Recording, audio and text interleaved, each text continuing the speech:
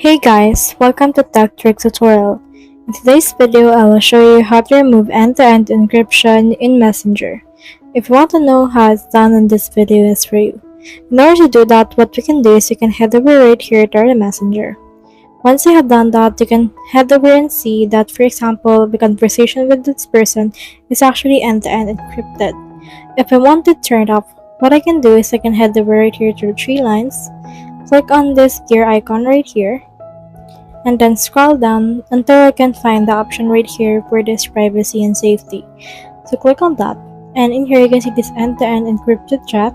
So click on that, click on this message storage right here, and as you can see, the secure storage has been turned on. That actually causes the end-to-end encrypted.